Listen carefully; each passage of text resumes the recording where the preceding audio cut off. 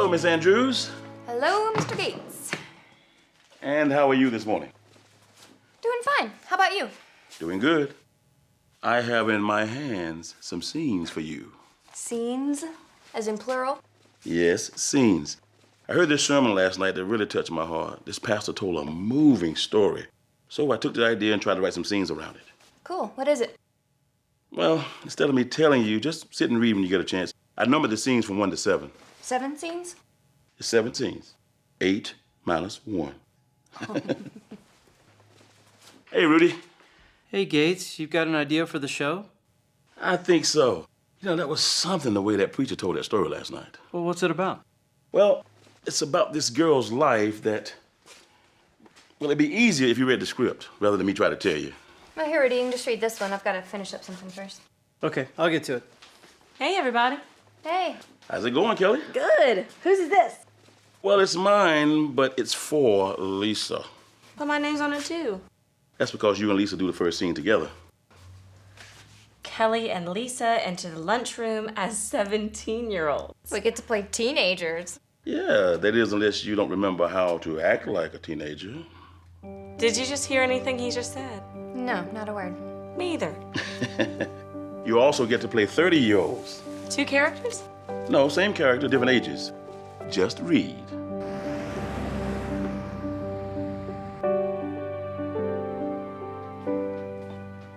Hey, Rudy. Hey, Travis, did you get a chance to look at this script by Gates? No, not yet. Just not sure how we can do it. It seems kind of tough to pull off. What do you mean? Well, he follows this girl's life, and if I count it right, there's 5 different sets in this thing. 5? Maybe if you want to read it, then we can talk about it. Okay. Well, I'll get to it as soon as I can. He's got a part for you in here, playing Lisa's father in 2 scenes. Well, I've already played her father before. Well, this one's a little different. You play her father in 1 scene, and then again 25 years later.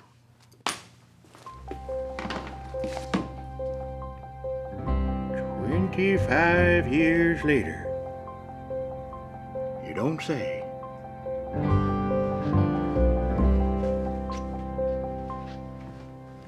Lisa, I just read the script, and guess what? Richie totally likes you. No way. Are you sure he is so good looking? Yeah. So, how should I wear my hair? Pulled back or in pigtails? Well, how'd you wear it in high school? Just like I do now. Yeah. Think I'll wear it pulled back. Me too. Is that how you wore it in high school? No, How'd you wear it? just like I do now. Okay, so we're sitting in the lunchroom, and I tell you about this boy who likes you. That sounds like fun. So what are we gonna wear? I was thinking we could wear cheerleading uniforms. That sounds good, except for one thing. We don't have cheerleading uniforms. Okay, scratch that idea. But it doesn't really matter what you wear, Why? because Richie already likes you.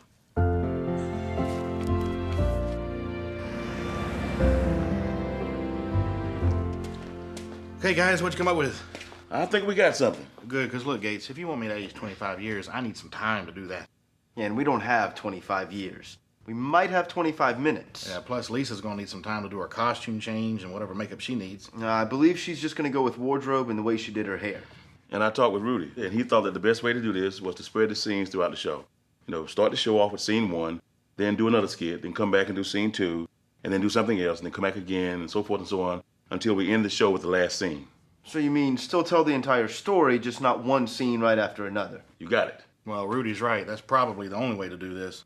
So that way we can change and try to age ourselves. Plus, we need to run through all of this so we can see how much time we need in between each scene. So I need to get with the girls and set up a time with them. But then what about the sets? We need to figure out how to do those. Well, Travis, have no fear. Chad and I are here. Yeah, now we know that you and Rudy usually do the sets. But we're working on something here, and in a short time, we'll have something on stage ready to go. Well, that would be great if you could do it. Chad, did you hear what I just heard? I thought that I heard the word if. And I thought I heard him say, that sounds really great. I can't wait to see what you guys do. Isn't that right? You know what, Gates? You are standing closer to him. I bet you're probably right. Okay, Gates, so then where do these scenes take place? Okay. First, a lunchroom. then a living room, then a small kitchen, then some other eating place, and then back to the small kitchen, and then the first living room, and then another standing place. Okay, guys. Well, it's going to be interesting to see how this plays out this week. Travis, your character is not that old. He's not? No, and this is not a comedy. It's not? Travis, have you even read the script? Well, I can't say that I have, Sonny.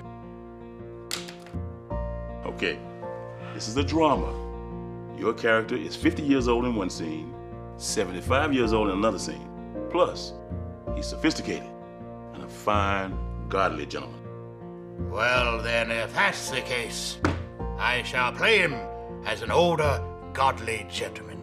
Now, how is that, Sonny? That is perfect. Hey, Johanna. Hey, Travis. Rudy asked me to give you this since I was coming your way. Thank you, sir. That's the lineup for this week's show. I can see that. I get to play a 75-year-old man. That should be interesting. What'd you say? I said that should be interesting. This is my bad ear. Can you say that again? Very funny, Travis. Huh? I read the script and it's not a comedy. What'd you say? Travis! Yes, this is the lineup for this week's show. I get to play a 75-year-old man. I know! You don't have to shout. This is my good ear. See you later, Travis. Huh? I said, see you later, Travis. What'd you say? Well, Chad, what do you think? Looks good, Gates.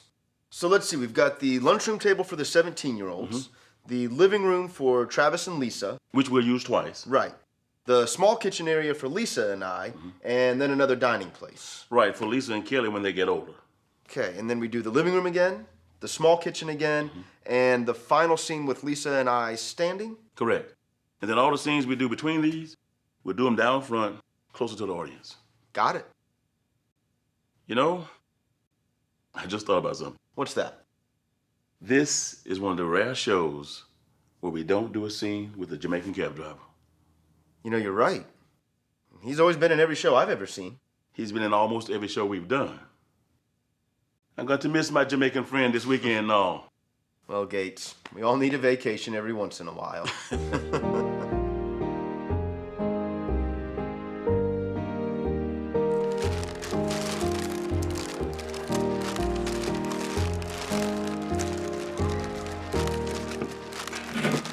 You are never gonna believe what I just heard. What? Richie totally likes you. What? Yeah.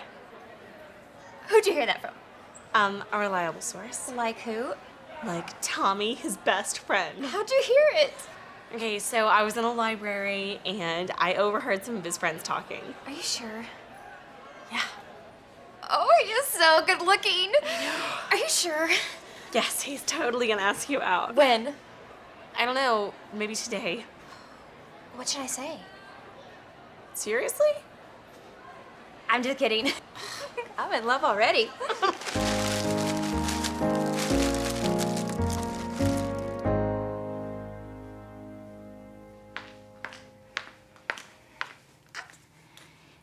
Hey, Dad. Yeah, honey? Can I talk to you for a minute? Sure.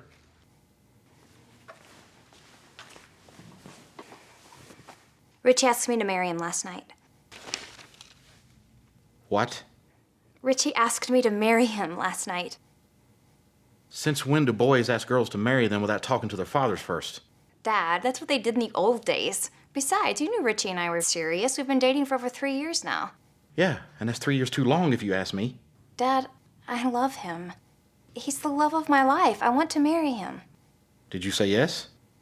I love him. He's everything I've ever wanted in a man. He's not even a man. What is he, 21? And you're 20? Dad, I'm not 17 anymore. And he's everything you ever wanted. Well, you must not have wanted much out of life if he's everything you ever wanted. Dad, Richie is a good person. Richie is not following the Lord. He's a Christian. He says he's a Christian, but he doesn't follow Jesus Christ, so therefore he's a Christian by name only. And he's going to be trouble down the road when trouble comes down the road. Okay, I'm not having this conversation. I told him yes. We would really like your blessing, but I'm gonna marry him no matter what you say, so it doesn't really matter.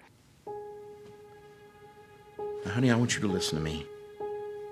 And I want you to listen to me good. I love you very much, more than anybody. And that hurts me when I hear you say something like that. I don't think you understand how much I love him. Well, you know love is blind, right? Do you? Did you ask your mother about this? Yes, And what did she say? just the opposite of you. That figures. Your mother isn't following the Lord either. Oh, she said you'd say something judgmental like that. And what is that supposed to mean? Dad, Mom divorced you because you were so judgmental. Your mother divorced me without a biblical reason. Whatever. Dad, will you please come to the wedding? We're getting married in 6 months.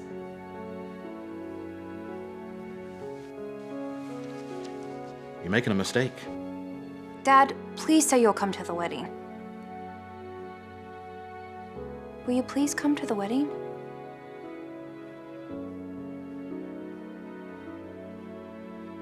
I'll be there. Thank you. I love you.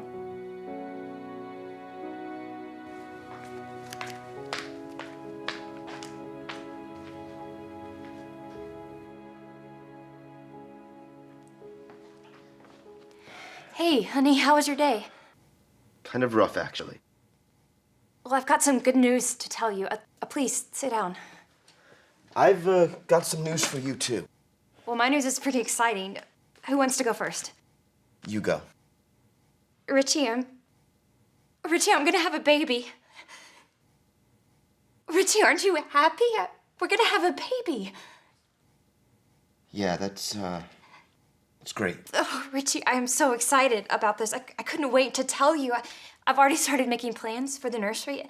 I think we're probably gonna need a bigger apartment, honey. Maybe 3 bedrooms, one for us and one for the baby and one for guests who wanna come visit. I lost my job today.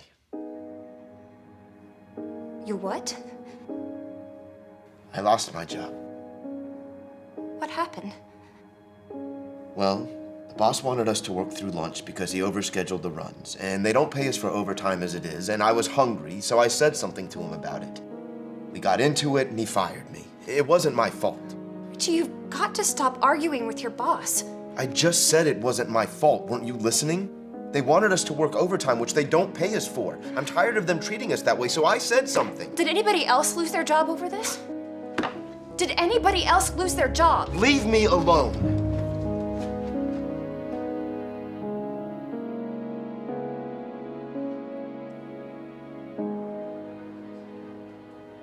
So why did he lose his job? Which job and which time? What do you mean? Well, the same day I found out I was pregnant with our first child, Richie came home and told me he lost his job. Yeah, I remember that one really well. He said it was over some argument about lunch. Well, come to find out, Richie's boss overheard him bad-mouthing him, and so he asked Richie to work through lunch because he knew it would make him mad, and sure enough, Richie lost his temper and let some choice words fly and got fired. A few years after that, he was at another job and lost his temper, got fired again, and a couple years later lost another job. He's on his 4th job since we've been married. What's going on? Richie has no respect for authority. He always has to be right. He'll get along fine with a person until they come along and ask him to do something that he doesn't want to do. And it just sets something off, like he'll badmouth his boss, for example. And of course, the boss is always wrong, and he's always right. So I said, if you're always right, then how come you're on your 4th job since we've been married? What do you have to say to that? Let's just say he let a few choice words fly my way. I'm really sorry. No, it's like he's got this huge chip on his shoulder and he won't let anybody take it off. I mean, there's something deep down inside of him that makes him get mad so easy. Maybe somebody should speak with him. Like who? He won't listen to anybody, especially me. I'm really sorry. I wish there was something I could do. You know, just be there to help me pick up the pieces when this marriage finally falls apart.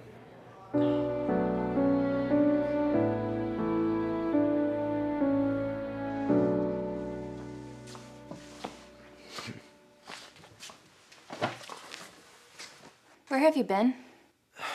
What do you mean? Just what I said, Richie. Where have you been? I have been to a bar. You went drinking? We have no money, Richie, and you went drinking? Well, it beats coming home to face the problems that we have. How could you go to a bar? It was easy. I got into my car, put it in gear, stepped on the gas, and steered the wheel. Hey, don't get smart with me. You know what I mean. Richie, I asked you a question. What? How could you go to a bar? What's the big deal? Okay, so I had a few drinks. I have a lot of pressure on me at work. And then I come here for more pressure. So today I decided I was gonna make a little pit stop and help relieve some of the pressure. And like drinking's gonna solve all your problems? Well, it beats coming here to listen to your solutions. I made one suggestion. Oh yeah, talk to a Bible thumper. I didn't say that. No, but it's what you meant. You want me to go talk to some pastor or some spiritual guy who supposedly has all the answers and who's going to straighten out my life. And you know what? How in the world is some guy who sits behind a desk and who's never even been inside a factory possibly going to understand my pressures at work? He ain't. So I'm not talking to anybody. Case closed. That's your problem, Richie. You won't talk to anybody, not even me. And what are we doing right now?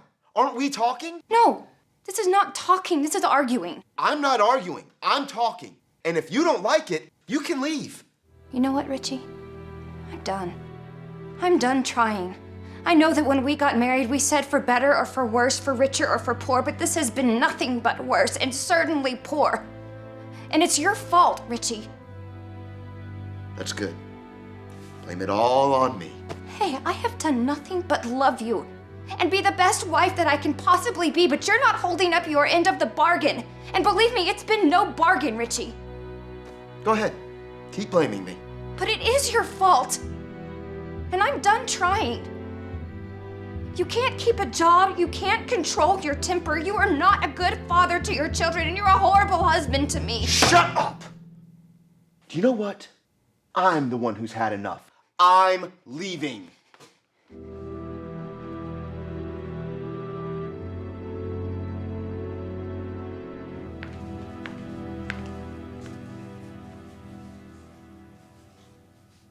Dad? Dad?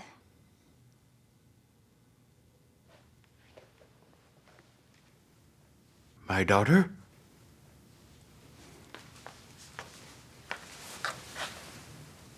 How are you, Dad? Oh, not very well. My health is slipping away. So I'm afraid it won't be too much longer before it'll be my time to see Jesus. Can I talk to you for a few minutes, Dad? Yes, of course.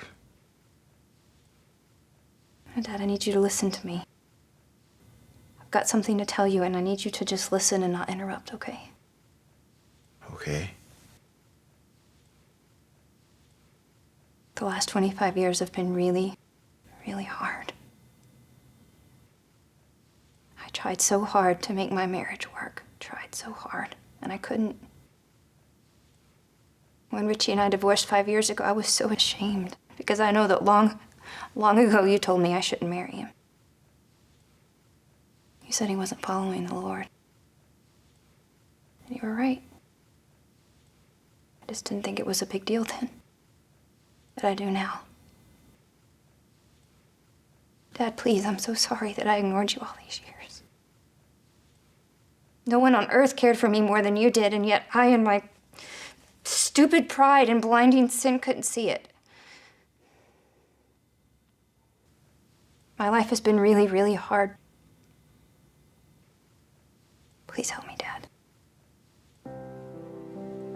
I have always loved you, my child, and I've always prayed for you. And I know that God in His sovereignty allowed you to marry Richie. And I know God has a reason for allowing that to happen. So why, Dad? Why? I just wanted to be happy in life. I know. Sometimes life doesn't turn out the way we want it to. In fact, in most cases, it turns out to be just a complete opposite. That's why we've got to learn to to follow Jesus in everything we do. If you just follow Jesus, he will see you through anything. It's been a real struggle, Dad. It's so hard with the kids. There's never enough money. I'm always working. Why didn't I listen to you? Because I was too hard on you. You see, the Lord has been dealing with me all these years, too. I loved you with all of my heart. I was just too hard on you, and I pushed you away. Sometimes we have to go through many trials and hard times in our life before we get things right on the inside. And I thank God that he's brought you back to me before I die. I'm so very happy to see you. Happy to see you too, Dad. I'm so sorry. And I'm sorry too. No, Dad, you don't have to be sorry. You were right in what you said. You were so right. Yes, but I could have learned to handle things a lot better. And that's what the Lord has shown me. Dad. You have made me very happy today. Very happy. And now, may the Lord bless thee and keep thee. And may the Lord make his face shine upon thee and be gracious unto thee.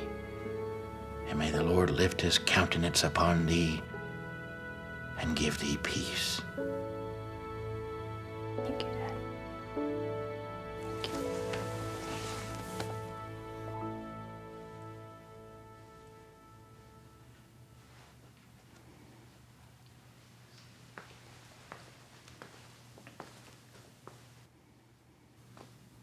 Thank you for coming, Richie. I didn't expect to see you here.